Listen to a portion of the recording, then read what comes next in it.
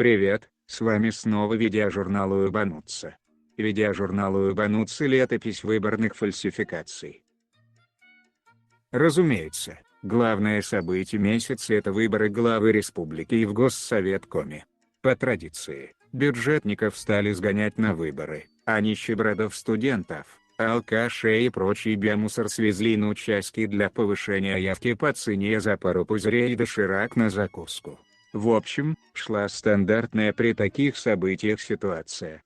Хотя коммуняки заявляли о нападении тетушек, все закончилось тихо. Пострадал только фейс Виктора Воробьева, нежно облитый зеленкой. После подсчета бюллетеней, Уйбалит ожидаемо переиграл своих спойлеров и избрался главой республики Коми. Аз есмь царь.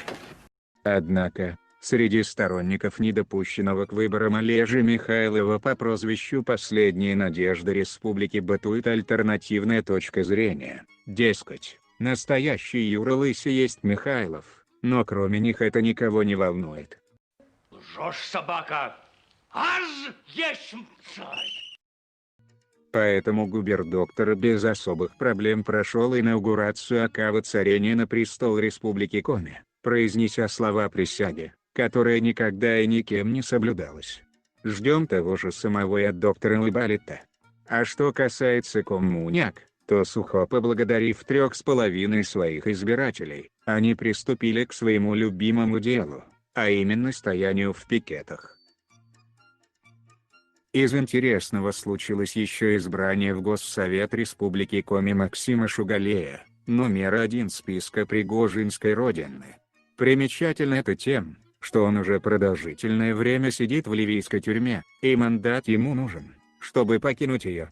Как это будет выполняться с юридической точки зрения, непонятно. Понятно пока только одно: республика Коми настолько пропиталась посадками чиновников и депутатов, что избрала депутата сразу из тюрьмы.